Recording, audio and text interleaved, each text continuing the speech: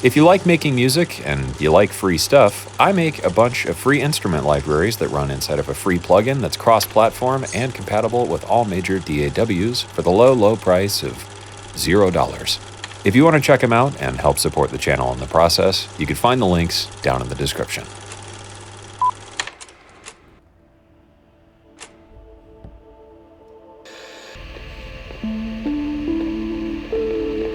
BPM around 80 to 100, and choose a scale like me. ADHD can come with many different co-occurring conditions or comorbidities such as anxiety, depression. What if I told you that it were possible for you to make between $5,000 to $10,000 per... Now before we get into it, this video is not sponsored by Temu or anybody. However, I do have an affiliate link, so if you do want to sign up for Temu through... We're gonna react to reaction videos. Also, breaking new details in the deadly school shooting in Madison, the city's police chief. And basically, we're just going to use all three of these oscillators, and this is going to be kind of our main.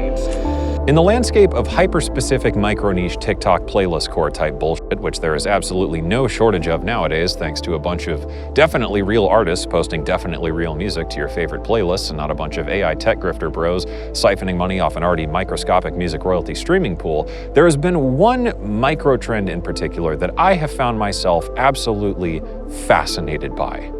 It doesn't really have an official name, but I suppose if I had to give it one for, say, an algorithm-friendly title for a video essay about music culture on YouTube, it would be Liminal Ambient. And I am almost certain this is something you've come across through your adventures on the World Wide Web. Now, I'm not trying to Beato my way to the top of observing things that younger people are doing and then making generally agreeable opinion videos about how older things were better, but I was born in the year of our Lord, 1993, and I think that gives me some particularly unique insight into the subject I want to talk to you about here today, because I was born on that all too critical zillennial cusp, or at least almost, and that means I grew up in an era right before social media ruined and infested every aspect of our lives. This means I now have the benefits of wisdom, age, and back pain. And that also means I can sit here making pretentious video essays on YouTube about music culture while making meta jokes about holding a tiny microphone and unflattering lighting directly in the shot in order to appear casual and relatable, instead of admitting that everything we do is just a performative effort for our newfound algorithmic gods in this late-stage big tech capitalist hellscape that we call modern existence. And subscribe my channel prayer emoji. Anyways, I'm sure you've heard this sound before. Some eerie, affected natural soundscapes or hiss and noise, an expansive, stirring pad sound, a low bass drone, and those slow, pensive melodic moments.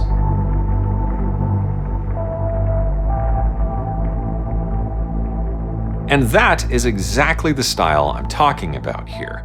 But what exactly makes this genre different? Because isn't this just ambient? I mean, realistically, isn't this just like future garage but without the drums? Well, yeah, kinda, maybe.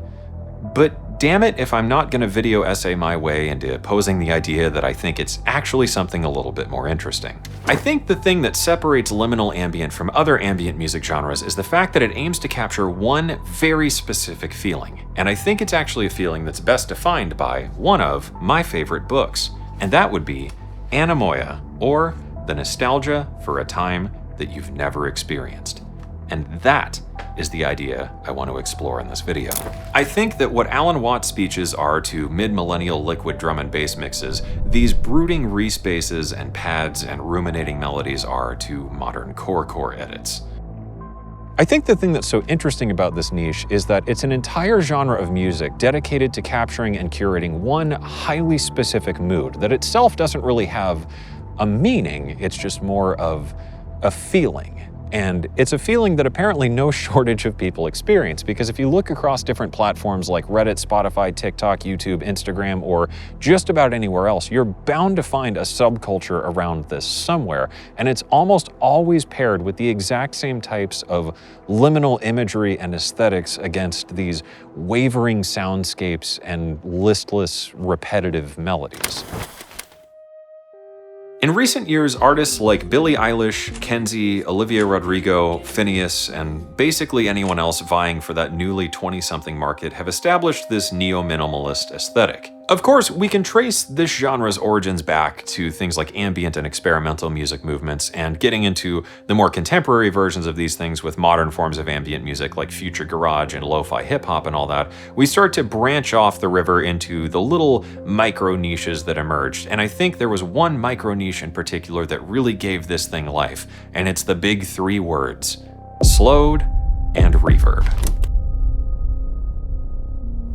I'm sure you've seen no shortage of these edits across your feeds and your no doubt highly curated playlists, and at this point, the edit format has also become some kind of meta trope. This edit format relies on slowing the tempo of a song and thus lowering the pitch, and then bathing it in a digital wash of dreamy reverb, resulting in a uniquely melancholic atmosphere out of even the most uplifting and poppy songs. While this edit format has rightfully become a bit of a meme, I think it is actually trying to hint at something a little bit deeper than just a surface level feeling. I think what it's wrestling with is that whisper of an idea we all have now and again, that's somewhere between this apathetic sense of introspection and an almost nihilistic urge to disappear. Where dreamcore takes the form of some kind of nostalgic look back on the techno-optimism of the early 2000s, liminal ambient looks down the barrel of a generation exhausted of information overload. It's a look into that fallacy of the fantasy of ignorance brought on by an earlier and more primitive technological and social media era.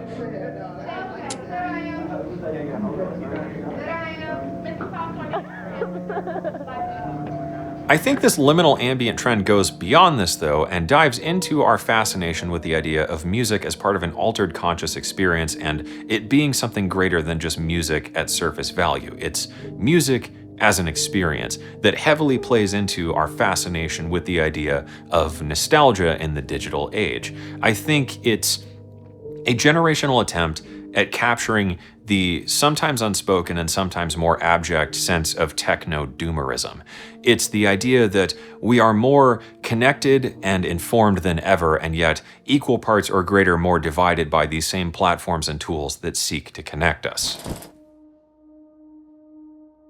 I think the appeal of this genre is pretty clear-cut, and with it catching fire across major social platforms and with music distribution falling largely into the hands of independent artists nowadays, it's easy to see why there has been a bandwagon movement of artists cramming to create this specific sound in the hopes of getting noticed among a sea of releases catering to such a hyper-specific mood. Thanks to the democratization of music production by way of technology and easily accessible information, effectively lowering the bar of entry to just above the floor of hell, many aspiring producers who want to join in on that bandwagon also quickly find themselves creating music that is perfectly acceptable and on trend with the aid of sample services and free or low-cost DAWs and music production software. I would argue that it was all of this that so neatly set the stage for an attempt to grasp at the meaning behind these emerging neo-minimalist trends we've seen in music, and maybe even to some extent the late 2010s fascination with dark R&B that we saw. But I don't think anything would quite pour gasoline on the spark of an idea here, quite like the Backrooms. And I'm sure you don't need me to stand here and explain the Backrooms to you and postulate on their significance, but it's my video, damn it, so here we go. The Backrooms absolutely exploded from a few corners of the internet to the mainstream and brought forward a new genre of existential musing, not so much focused on the horror of discovery of something that's not meant to be, or rather the fear of something that ultimately may be lurking, but rather the horror of finding yourself somewhere you're not meant to be. It's a distinct feeling that's equal parts unsettling and comforting. It's, in a way, I think, a submission to the French idea of l'appel du vide, or the call of the void. It's that uncomfortable and almost innate desire to disappear.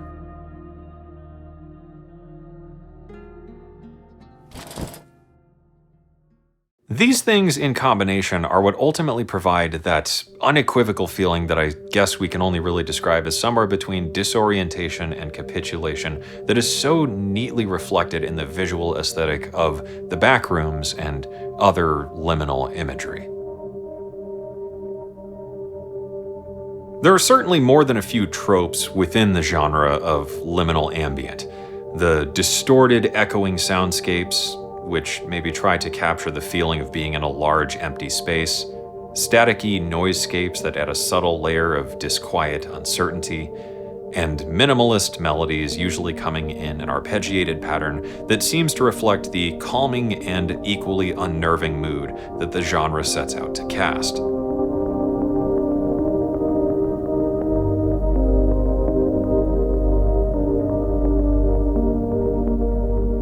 I would absolutely not be doing my due diligence in this video blabbing on and on about all this without taking a quick sidebar to discuss the one track that is arguably not only responsible for this genre becoming such a thing, but also all of the things within it that have turned it into something pretty stagnant and formulaic.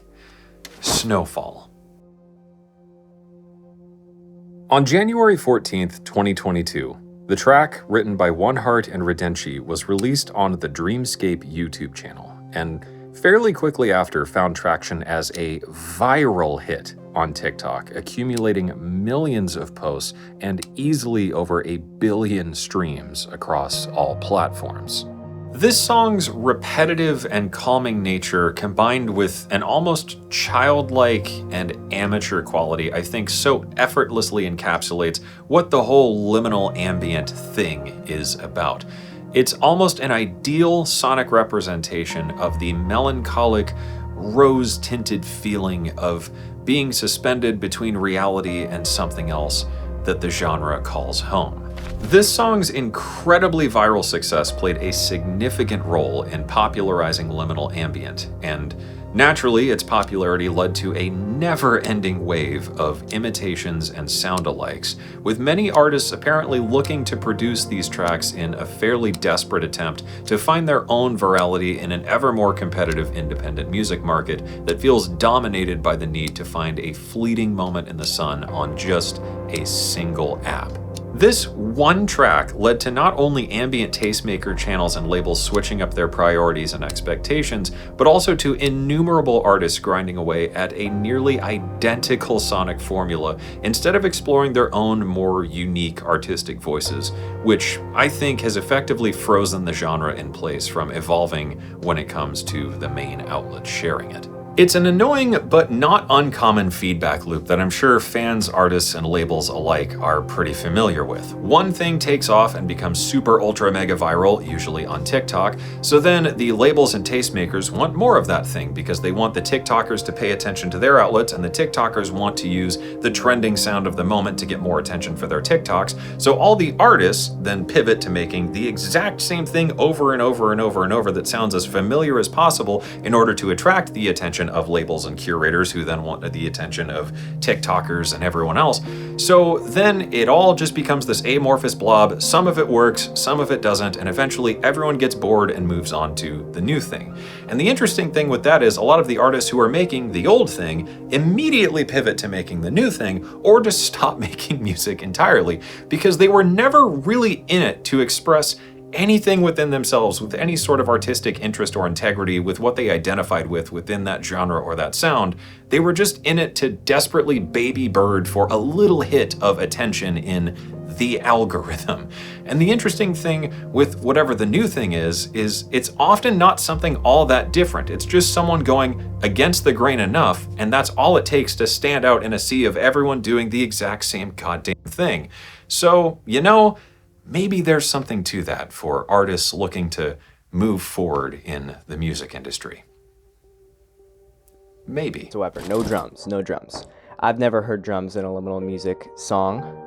I've never heard drums in a song. That said, there are other sub-forms of it that now seem to be emerging, which seem to be a new permutation of the genre of sorts by recombining its roots in slowed and reverb mixes. Often in these playlists that explore these permutations, you'll find things like minimalist piano compositions set over dark soundscapes, slowed guitar performances with heavy lo-fi aesthetics applied emulating the quirks of lo-fi mediums, and even vocal-heavy pieces that seem to be led by more of either a voice against an ambient soundscape or simply filtered choirs bathed in reverb and lo-fi effects. In a strange and fascinating way, I feel like this is one of very few examples we have of a genre of music that has emerged from a set of artists and producers who are interested in exploring the idea of music being better served as part of a larger experience, rather than just as music on its own. And maybe that's whether they consciously acknowledge it or not. Recent generations are almost entirely defined by this constant sense of existential anxiety, uncertainty, and malaise, accompanied by their desires and dreams that seem to become more and more impossible in a world where climate change, political turmoil, and economic uncertainty fall at ends with the often centric subjects of mental health and individualism. I think that the emergence of this microgenre across these social platforms aims to satiate some kind of need to express these shared anxieties and desires. As a subgenre in the greater cloud of playlist core, you can find this style of music spreading like wildfire on YouTube background music channels, TikTok aesthetic edits, and Spotify playlists designed to tickle that brain rot-addled mind that can't stop 2 a.m. doom scrolling. In a really fascinating way, I feel like this microgenre only works and only emerged because it was so right alongside the rise of the core aesthetic, and all of this seems to be a generational commentary on what feels like postmodern life and a desire for escapism. It's something that is so unambiguously at ends with this overproduced and over-edited landscape of modern influencer culture and contemporary music artists that it seems to grasp at the idea of what it means to be existentially antithetical to this newfound social media landscape where everything is so highly curated and engineered to be as bland and inclusive and inoffensive as possible to just so temporarily appeal to the largest portion of a target demographic before life moves on and you stand there once again, lost in it all, not sure where you're supposed to catch up. It's this nostalgia for this earlier and simpler digital age, and it's this musing on this idea of what it means to be in the in-between that I think ultimately provides a pretty unique, if not pretty unsettling look of the newly 20-something demographic experiencing that early to mid-20s quarter-life breakdown that we all experience, of the grand existential question of, I was supposed to be grown, but where do I fit in? As a niche genre now seeming to emerge into a, relatively speaking, mainstream breakthrough that is dominating ambient music curator playlists and the increasing fervor and fascination with the backrooms, I think that this movement may start to define the next wave of ambient music as a whole. I think this is pretty easy to observe, with maybe Trent Reznor and Atticus Ross's work being the most widely known example of these liminal, moody soundscapes. And I don't think this idea is going to go away anytime soon, because we've seen similar trends emerging in the indie film and game spaces, with maybe Skinamarink being the most popular example. And with something like an A24 Backrooms movie on the way, I don't think that this is something that's about to die down. And I think, if anything, it's something that's about to become even more popular as the trend hits its peak. As with all things in the world of music genres, though, inevitably, once it becomes popular enough, it's going to be expected to adhere to a pretty rigorous set of standards and aesthetics, and this is something I've observed myself with future garage, which was one of my favorite genres of music to listen to. It got so popular that eventually it became the most generic and predictable set of patterns, with artists releasing effectively the same track over and over with the exact same patterns and tempos and things like that, and then anyone new who wanted to produce that genre would just end up going on the same music piracy sites, downloading the exact same sample packs that everyone else was using, producing more of the exact same thing. This playlistification problem is something I've explored at length in another video, and I think it's something that's just a fact of life when a genre of music becomes popular enough, because once it tries to reach the front of that all too desirable FYP, That's typically about the time that things are over.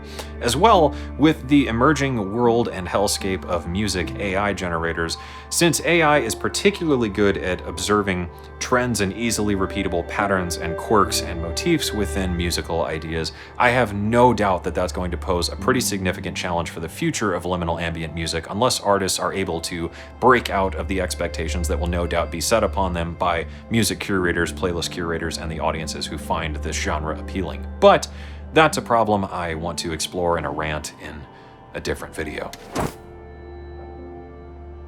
As with all things though, the unfortunate byproduct to recreate and emulate whatever the trend is of the moment results in that thing becoming somewhat of a simulacrum of the idea it represented in the first place. But maybe the point of liminal ambient isn't to find the meaning of anything. Maybe it's just about having somewhere to feel what's within the music. Or maybe it's just about finding somewhere to exist, somewhere in between.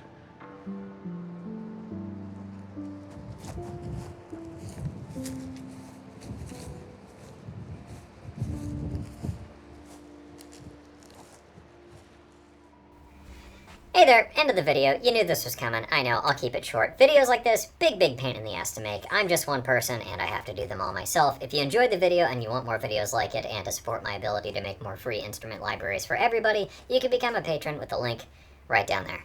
That's it. Bye.